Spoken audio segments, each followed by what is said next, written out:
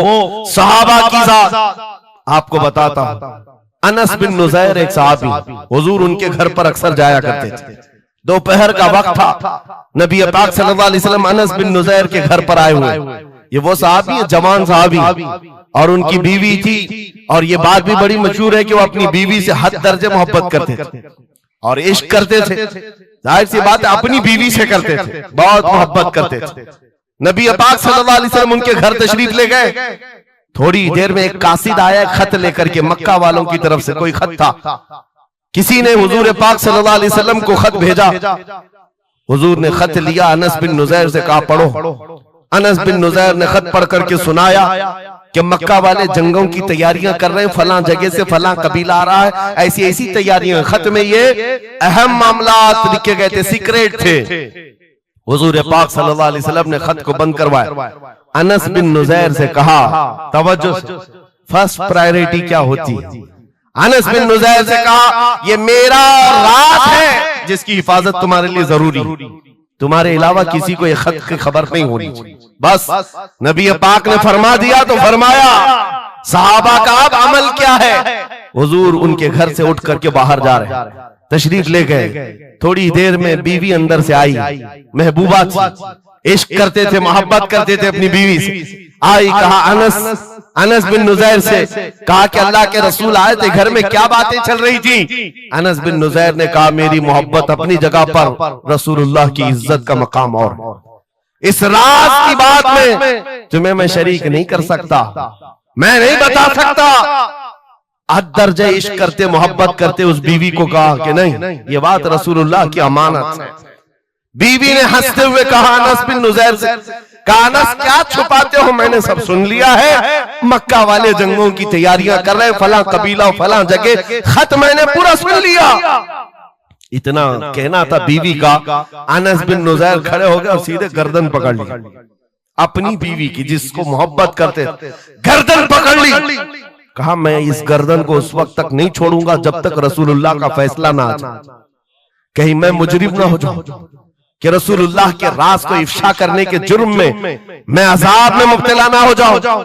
गर्दन पकड़ करके ही चले आए, बारगाह मुस्तफा में आए। कहा या रसूल अल्लाह, मुझे माफ कर दे, मैंने आपके राज की हिफाजत की, लेकिन मेरी ये औरत घर के अंदर से सुन चुकी थी। मैं गर्दन पकड़ा हूं आका, अगर आप फरमा दें तो मैं खत्म कर दूं इस राज को, ही खत्म कर जिससे हद दर्जे मोहब्बत करते थे उस बीवी के बारे में। मेरे आका ने फरमाया अनस बिन नुज़ैर से गर्दन छोड़ दो, वो मेरी सहाबिया। जैसे राज तुम्हारे पास महफूज है, वैसी राज उसके पास भी महफूज है। तब उन्होंने गर्दन हटा दी और अपनी बीवी से कहा, जो कुछ भी मैंने किया है इसका बुरा ना मानना, तुझसे जो इश्क मोहब्बत है वो और है, रसूलुल्लाह से जो अजमत और उनकी इज्जत जो मेरे दिल में है वो और है। इन दोनों के दरमियान कोई कंपैरिजन नहीं है, कोई मुआजना नहीं हो सकता। नबी पाक सल्लल्लाहु तआला अलैहि वसल्लम के सिलसिले में जो फर्स्ट प्रायोरिटी थी सहाबा की, इसी के मुताल्लिक कुरान कहता है अल्लाह ही के लिए इज्जत है, रसूल के लिए इज्जत है और इन मोमिनीन के लिए इज्जत है जिन्होंने फर्स्ट प्रायोरिटी दी है। आपको एक बात बता दूं, एक हबशी रंग के सहाबी, काले रंग के सहाबी हुजूर पाक सल्लल्लाहु अलैहि वसल्लम के पास आए, का शादी करना, लड़की कोई देता नहीं है, चेहरा रंग काला, नाक चौड़ी। नबी पाक सल्लल्लाहु अलैहि वसल्लम ने फरमाया मैं तेरी शादी कराता हूं। अंसार सहाबा में से एक सहाबी के घर भेजा इनको पैगाम दे करके, और उनकी बेटी मदीने की सबसे खूबसूरत औरत, सबसे खूबसूरत लड़की है। और इस काले रंग के सहाबी से कहा जा उस घर पर, ये इम्तिहान के दौर है मेरे अजीज, इम्तिहान के दौर है। हुजूर ने फरमाया जाकर कहना कि मैंने भेजा है तुम्हारी बेटी से निकाह के लिए।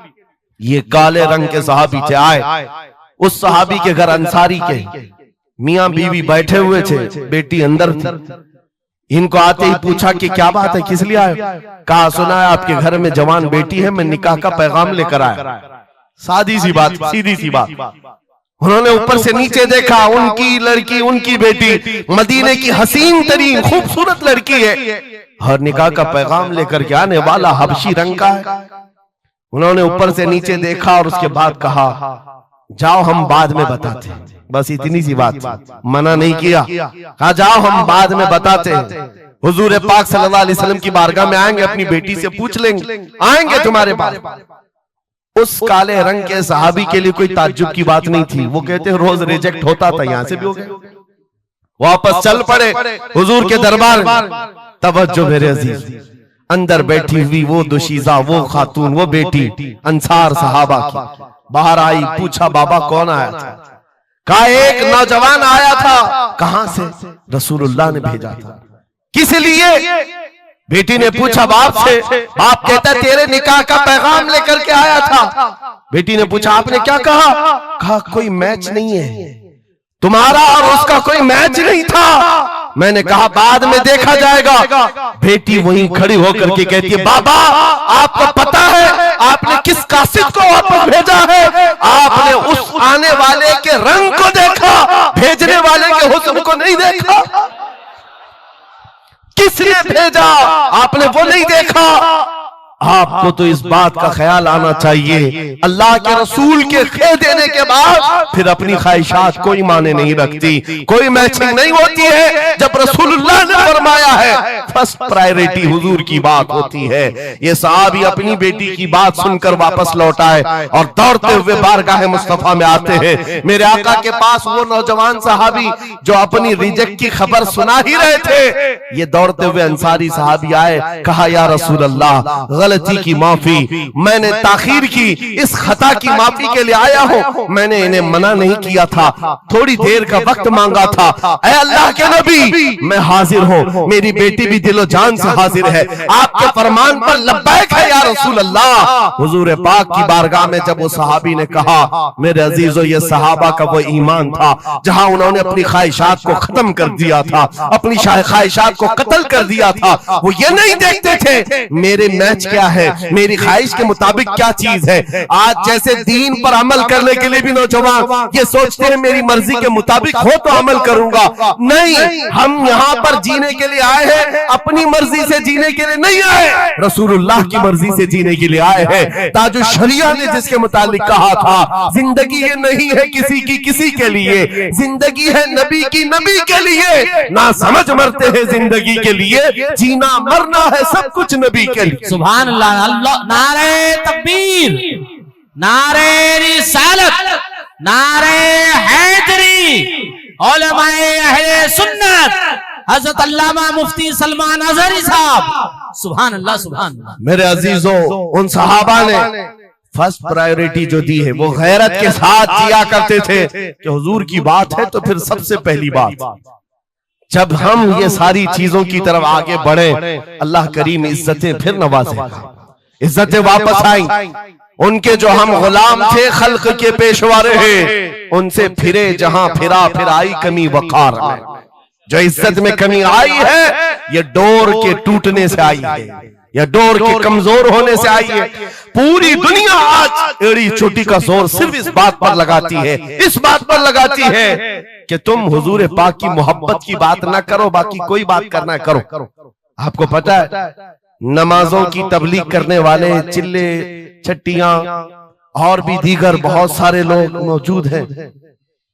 छट्टी शरीफ तो सरकार गरीब नवाज की मैंने साथ में कह दिया, लेकिन नमाजों की सिर्फ अमल की तबलीग करने वाली बड़ी बड़ी जमातें हैं, उनसे ना गवर्नमेंट को कोई खतरा है ना इजराइल को खतरा है। हाँ आप देख लेना, मालूम कर लेना मेरी इस बात। इजराइल जैसा कट्टर दुश्मन इस्लाम वो तक कुछ तंजीमों को कहता है ये सेफ तंजीम है, मुसलमानों में सेफ तंजीम है। कौन सी? जो सिर्फ नमाज रोजे की बात करती है और कुछ नहीं करती बस। हाँ डेंजर तंजीम वो है जो लब्बैक या रसूल अल्लाह कहती। क्यों?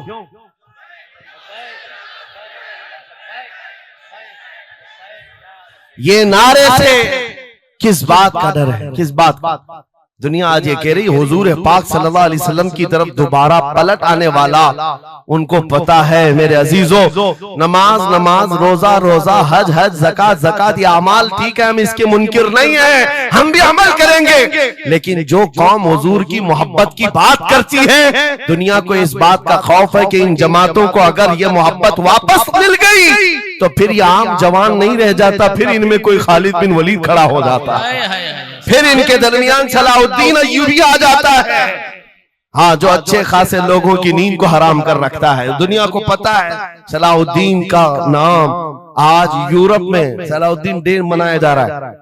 सलाहुद्दीन डे मनाया जा रहा है क्यों? मेरे अजीजों, सिर्फ एक जर्नल नहीं था, एक जंगजू नहीं था, एक सिपाही सालार नहीं था, बहुत बड़ा आशिक रसूल था। बेशक बेशक, बहुत बड़ा आशिक रसूल, ऐसा कि एक मर्तबा बुर्निस नाम का एक ईसाई सिपाही सालार था। उसने मुसलमानों के काफिले को गिरफ्तार किया और उनको मारा पीटा, उनका माल लूटा।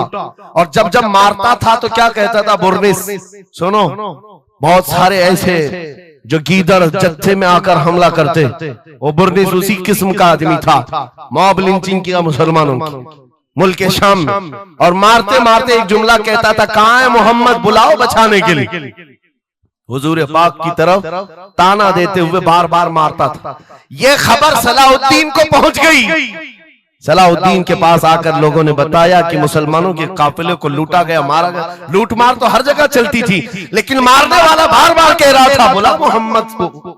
नाउजुबिल्लाह, ये वो जमाना था जब सलाहुद्दीन अय्यूबी की ऐसी बीमारी चल रही थी जिसमें लोगों ने कहा था कि अनकरीब इनकी वफात होने वाली, मौत के करीब वाली बीमारी थी, बिस्तर से उठ नहीं रहे थे। उस वक्त जब ये खबर दी गई, सलाहुद्दीन ने कपकपाते हाथों से दुआ किया था, मौला बस थोड़ी इतनी जिंदगी दे दे कि मैं बुर्निस को बता दूं, इतनी जिंदगी और दे दे। और उसके बाद 2.5 साल का अरसा गुजरा, बिस्तर से उठे, सही भी हुए, वाक़ा हुआ, फौजें इधर से उधर फैलाई, और फिर आपको पता है तारीख में मौजूद है, वो वक्त आ ही गया, बुर्निस गिरफ्तार हुआ, सलाहुद्दीन अय्यूबी की फौज के नरगे में आ ही गया। क्योंकि तारीख बताती है बकरे की अम्मा कब तक खैर मनाएगी, एक दिन तो बकरीद आती ही है। सलाहुद्दीन के बाद जब वो कैदी गिरफ्तार होकर आया, सलाहुद्दीन की एक बात बहुत मशहूर थी, वो बड़े बड़े कैदियों को आजाद करने में मशहूर थे, बड़े बड़े जर्नलों को, सिपाहियों को आजाद करते थे। 1 लाख से ज्यादा सिपाहियों को आजाद किया जो जंग में कैदी होकर आए थे, बहुत सारे लोगों को आजाद किया। बुर्निस को जब गिरफ्तार करके लाया गया और फिर सलाहुद्दीन अय्यूबी के पास पेश किया गया, पूछा सलाहुद्दीन ने, क्या गुमान है तेरा मेरे मुताल्लिक? उसने कहा, अब तक जो सुनता आया वही है कि आप रहमदिल हैं, खैरखा हैं और बहुत जल्दी आजाद करते हैं। सलाहुद्दीन ने कहा, अब तुझे अगर आजाद किया तो अल्लाह का अजाब आ जाएगा, अल्लाह का अजाब आएगा। और उसके बाद तलवार उठाई, उसकी गर्दन पर रखा।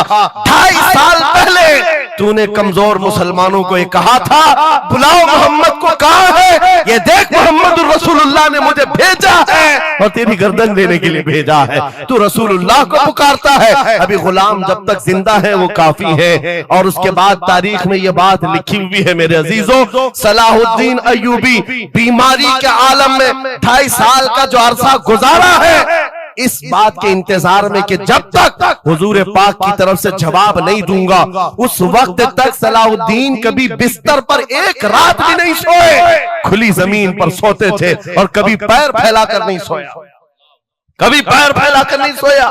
जब नबी पाक की शान में कोई कुत्ता भौंक रहा हो, सलाहुद्दीन को यह ज़ेब नहीं देता कि वो बिस्तर पर पैर फैलाकर सो सके।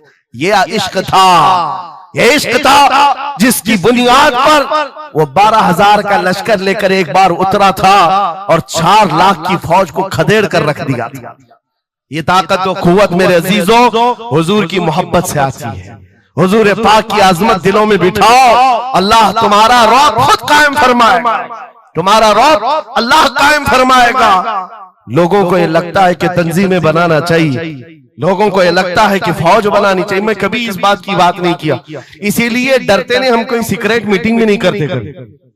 आज लोग हमारी जासूसी में इतने पेश हैं, बहुत इधर की खबर उठाओ, उधर की खबर ले जाओ, हर चीज कर लो मियां। हम छुप करके कोई बात करें तो तुम्हारे पास लगे हम जो बात करते हैं खुले मैदान में करते हैं। उसकी वजह यह है, उसकी वजह यह है कि हम वो जामे इश्क़े मोहम्मद अपने जवानों को पहनाना चाहते हैं, जिसे पहनने के बाद गली कूचों से भी गुजरे तो कई कीड़ों की यूं ही मौत होता है।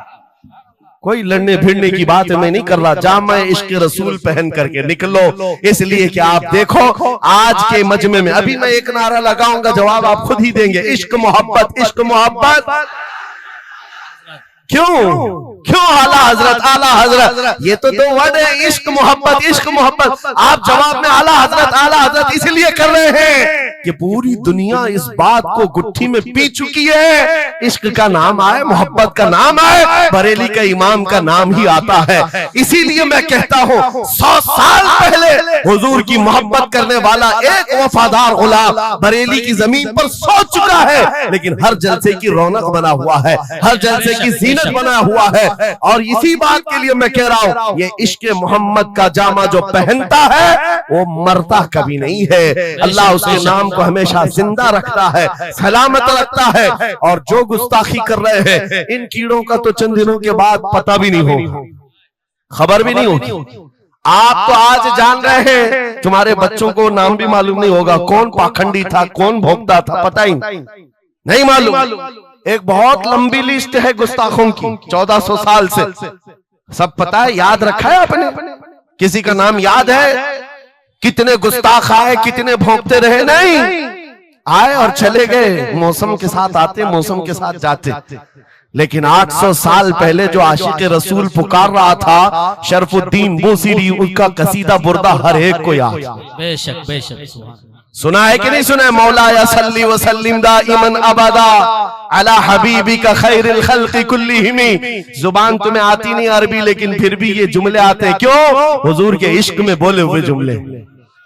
बलगल उला बि कमालिही कशफत दुजा बि जमालिही हसनत जमीउ खिसालिही सल्लु अलैहि व आलिही। अरबी में सादी शिराजी ने कहा, लेकिन जब कभी ये बंदा आज भी पढ़ता है तो झूमने लगता है, मतलब माना मालूम भी ना हो। गुस्ताखों को याद नहीं रखा जाता, आशिकों को हर जमाने में याद रखा जाता है। मुझे पंजाबी नहीं आती, लेकिन पंजाबी शायर पीर महर अली गोलरवी ने जब हुजूर पाक का दीदार किया और पढ़ा था तो उनका कसीदा पढ़ते हैं तो झूमने लगते हैं। मुख चंद बदर शाशानी है, माथे चमके लठ नूरानी है, काली जुल्फ ते अख मस्तानी है, मखमूर अखे हिन मद भरिया, उस सूरत नू मैं जान अखा की जान जहां अखा, सच अखा रब दी शान अखा, उस शान तो शाना सब नबिया। सुभान अल्लाह मा अजमल का मा अकमल का मा अहसन का, कितने महर अली कितनी तेरी सना, गुस्ताख अखे कितनी जारिया। और इसी की तर्जुमानी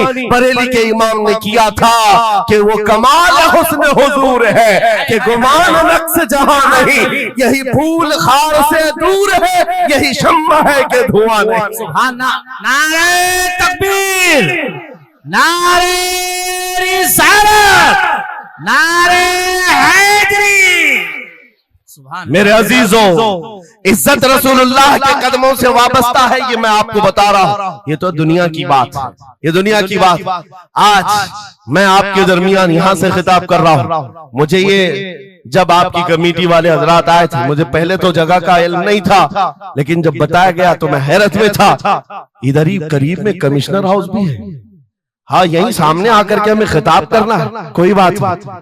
आज यहां से लेकर बंगाल की खाड़ियों, गुजरात से लेकर कश्मीर तक, हर जगह तकरीबन 22 स्टेट में मैं जाकर देख कर आ रहा हूं। पिछले 200 जलसों से खिताब कर, हर जगह का डीएनए मुसलमानों का एक ही है।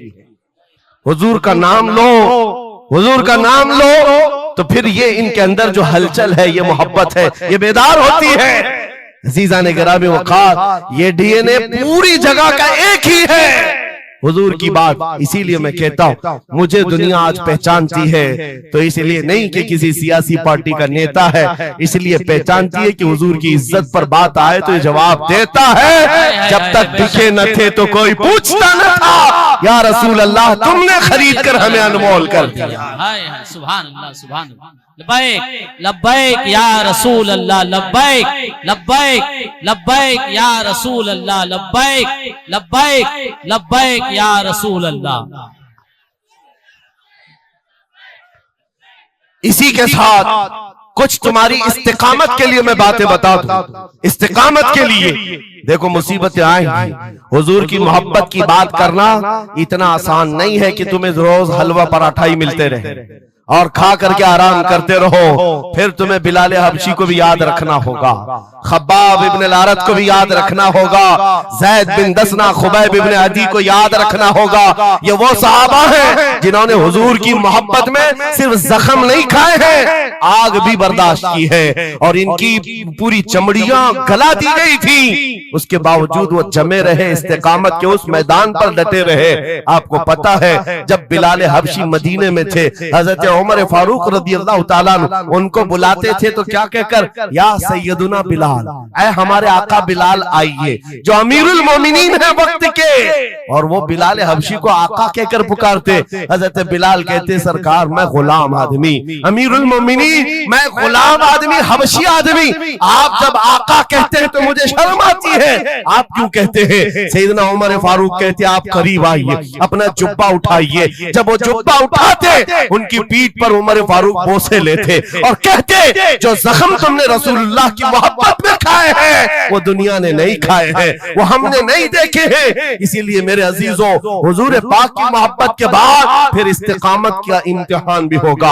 आज जो जगह जगह हालात पैदा हो रहे हैं, इम्तिहान की घड़ी आ गई है। अगर तैयार हो तो फिर मैं आगे बात करूं।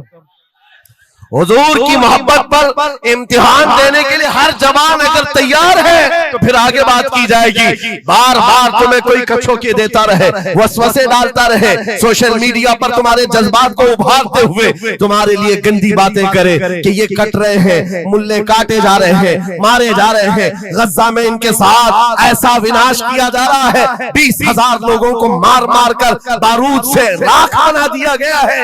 ये सारी बातें तुम्हारे पास लाते हैं तो कुछ जवान ये समझते हैं हम नरोस हो गए हैं, हम मायूस हो गए हैं, इनका जवाब क्या दे। सही बात तो है, शाम में भी काटे जाते हैं, इराक में भी मारे जाते हैं, अफगान में भी, बर्मा में भी, यमन में भी, हर जगह हमारी मौत है, हमारी मौत है। और इसको जालिम ये बता बता करके ये कहते हैं कि देखो अगर तुम सच्चे हो, तुम्हारा दीन सच्चा, तुम्हारा खुदा सच्चा, तो इतने मारे क्यों जाते हो? तुम ना उम्मीद और मायूस ना होना है ना जवानों, बात इतनी करना, इतनी बात करना। ऐ नादान, तुझे पता नहीं हमारा मसला क्या है, तुझे पता नहीं हमारा मसला क्या है। मैं तो कहता हूं उस खच्चर से ज्यादा गैरतमंद कौन हो सकता है जो मदीने तैयबा का है। गधा जिसको आप कह सकते हो या घोड़ा जिसको कह सकते हो, इन दोनों के बीच में एक नस्ल होती है खच्चर की। खच्चर, हुजूर पाक सल्लल्लाहु ताला अलैहि वसल्लम के पास एक खच्चर तोहफे में लाया गया था खैबर की जंग में। हुजूर पाक ने कबूल किया। यहूदियों का इलाका है खैबर, वहां हुजूर पाक सल्लल्लाहु अलैहि वसल्लम की बारगाह में जब ये हदियतन आया, और वो हदिया जिस पर हुजूर ने सवारी की, जिंदगी भर मेरे आका सल्लल्लाहु अलैहि वसल्लम जिस खच्चर पर सवारी करते रहे, ये तोहफे में आया था। जानते हो जिस वक्त ये खच्चर हुजूर की बारगाह में हदियतन पेश किया गया, नबी पाक सल्लल्लाहु ताला अलैहि वसल्लम से वो अपना सर हिला हिला करके बात कर रहा था और हुजूर मुस्कुरा रहे थे। साहबा ने पूछा, आका ये क्या कह रहा है? सुनो तवज्जो, हम उम्मत हैं और हुजूर पाक सल्लल्लाहु ताला अलैहि वसल्लम से मोहब्बत करने की बात करते, अशरफुल मखलूकात जानवर नहीं, लेकिन एक जानवर नबी पाक सल्लल्लाहु अलैहि वसल्लम के दरबार में क्या कह रहा है? हुजूर फरमाते हैं, ये खच्चर मुझसे कह रहा है, आका अब तक मैं एक यहूदी की मिल्कियत में था, मेरा मालिक यहूदी था और उसी के घर में रहता था, वो मुझसे सामान लदवाता था इधर से उधर, लेकिन या रसूल अल्लाह सल्लल्लाहु अलैहि वसल्लम जब कभी वो मेरी पीठ पर बैठना चाहता मैं गिरा देता, मैं बैठने नहीं देता था। खच्चर कह रहा है यहूदी मेरा मालिक था, लेकिन जब भी वो बैठने की कोशिश करता मेरी पीठ पर मैं उसे गिरा देता। हुजूर फरमाते हैं, उससे पूछा ऐसा तू क्यों करता था, ऐसा तू क्यों करता था? सुनो मेरे अजीजों, खच्चर कहता, आका मैं उन खच्चरों की नस्ल में हूं कि मेरे बाप दादाओं की पीठ पर अल्लाह के नबी सवारी किया करते थे, बनी इस्राइल के अंबिया सवारी करते थे और उनकी नस्ल का मैं आखिरी खच्चर हूं और सिलसिले अंबिया में आप आखिरी नबी हैं। मुझे मेरी माँ ने ये कहा था कि अपनी पीठ संभाल कर रखना, इस पर ताजदार अंबिया सवारी करे। सुभान अल्लाह, सुभान अल्लाह। खच्चरों को इतना इल्म है, इन खादियानी गधों को इल्म नहीं। खच्चर का अकीदा है कि अल्लाह के नबी आखिरी नबी है, आखिरी रसूल है। मेरे अजीजों अपनी पीठ को संभाल कर रखा कि कोई और बैठने ना पाए, कि अल्लाह के रसूल बैठने वाले हैं। और उसके बाद आपको पता है उस खच्चर पर सवारी सिर्फ रसूलुल्लाह ने फरमाई, और वो खच्चर कितना गैरतमंद था, कितना गैरतमंद था कि उस पीठ पर किसी और आलाइश को और नापाकी को कभी गवारा नहीं किया। और हद तो ये है, हदीसों में मौजूद है, हुजूर पाक सल्लल्लाहु तआला अलैहि वसल्लम की जब वफात हुई तो ये जिंदा रहा, लेकिन जानते हो सिर्फ 3 दिन के बाद बीर गरस एक कुआं है जिसमें छलांग लगाकर ये जान दे दी कि अब इसके बाद कोई नहीं बैठेगा जो रसूलुल्लाह की सवारी है। मेरे आका सल्लल्लाहु तआला अलैहि वसल्लम से निस्बत का एहतराम जानवर इतना करते थे, तुम्हारी निस्बत तो उम्मत की है, तुम्हारी निस्बत उम्मत की है। क्या तुम्हें यह ज़ेब देता है कि जिन आंखों को तुमने संभाल रखा है, मेरे आका का दीदार करना है, तो इन आंखों को गलाजत में कैसे हम डाल सकते हैं, कैसे बेहयाई में डाल सकते हैं? इन हाथों को क्यों नहीं संभाल कर रख सकते कि ये हाथ मेरे आका से मुसाफा करने वाले? अकीदा है कि नहीं है? यकीन है कि नहीं? मेरे आका ने फरमाया क़यामत के दिन मैं मुसाफा करूंगा। हुजूर पाक सल्लल्लाहु तआला अलैहि वसल्लम से जब मुसाफा करने की तमन्ना है तो फिर इस हाथ की कितनी हिफाजत होनी चाहिए। वो खच्चर अपनी पीठ पर किसी और गैर को बर्दाश्त नहीं किया, सिर्फ इसलिए कि ये पीठ मैंने संभाल रखी है अल्लाह के रसूल के लिए।